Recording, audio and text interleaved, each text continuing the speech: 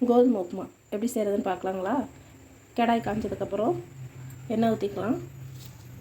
எண்ணெய் ஊற்றிட்டு கடுகு போட்டுக்கலாம். கடுகு போட்டு 2 டீஸ்பூன் கடலைப்பருப்பு போட்டுக்கலாம்.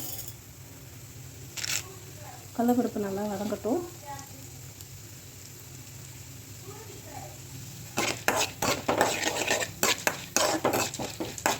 வதங்குறப்ப நம்ம கொஞ்சம் முந்திரி பருப்பு போட்டுக்கலாம்.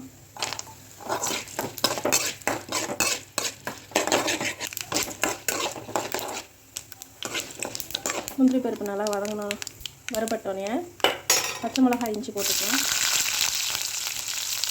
துருவி வச்சுருக்கோம் இஞ்சி போட்டுக்கலாம். இஞ்சி பொரிஞ்சதுக்கப்புறம் வெங்காயம் கருவேப்பிலை போட்டுக்கலாம். கருவேப்பிலை நல்லா கண்ணாடி பதம் நல்லா வதங்கணும். நல்லா நம்ம வதக்கிக்கலாம். கொஞ்சம் உப்பு சேர்த்துக்கலாம். உப்பு சேர்த்துக்கலாம்.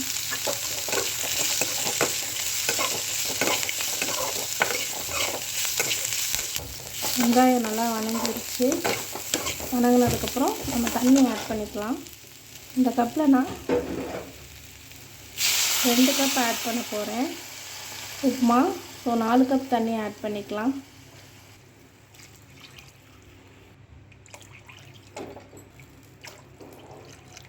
நாலு கப் ஆட் பண்ணிக்கலாம். இது நல்லா கொதித்து வரட்டும்.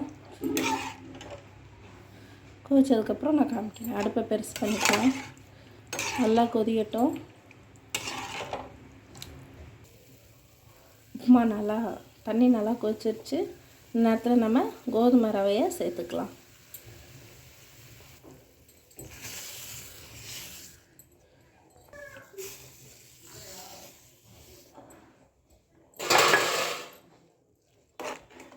நல்லா கிளறி விட்டுக்கலாம்.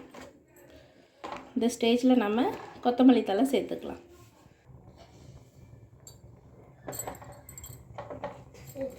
உப்பு மட்டும் இந்த ஸ்டேஜில் செக் பண்ணிக்கோங்க. பத்தலைன்னா போட்டுக்கோங்க.